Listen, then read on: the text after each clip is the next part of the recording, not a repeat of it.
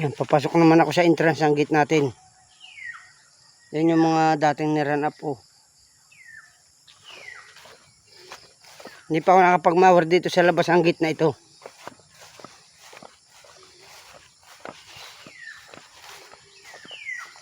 Yan, ito na yung gate. Dito ako nag-mower hanggang bundok ni Tita Ani. Tapos na dito, papunta doon sa restaurant.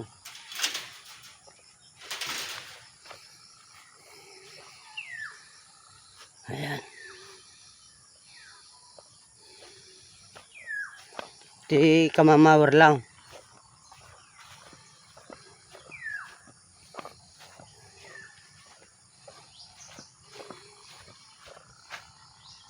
Ayan, puro walising ko eh.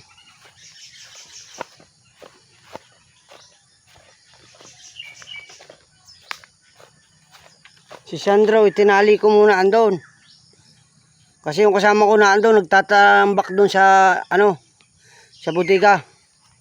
Mamaya ako doon pupunta. May video muna ako.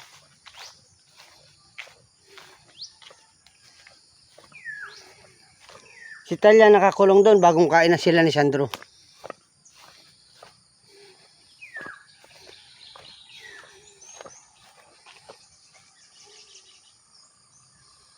Yan, para yung mga basurang yan, mailagay doon sa bodega.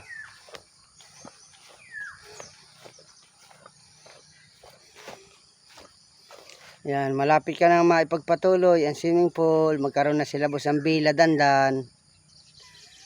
Boss, maganda yung pinadala mong picture na may swimming pool. Simple lang. May swimming pool, may deck, may bahay. Pag matapos mo ito sa iyo, meron ka na rin sa iyo.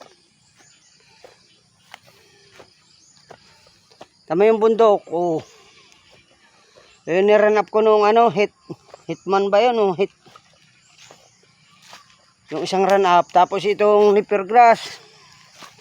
Patay na patay na.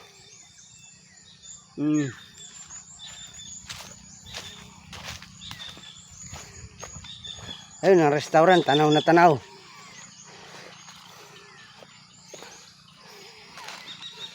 Side ni Tita.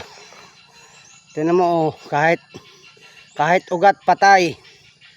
Yan pa yung dati pang ni-run up.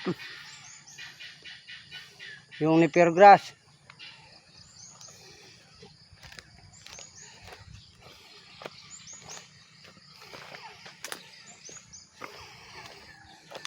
Yan. Ako yung naglalakad ako. Niikot ko. Yan, 3 minutes na ulit boss.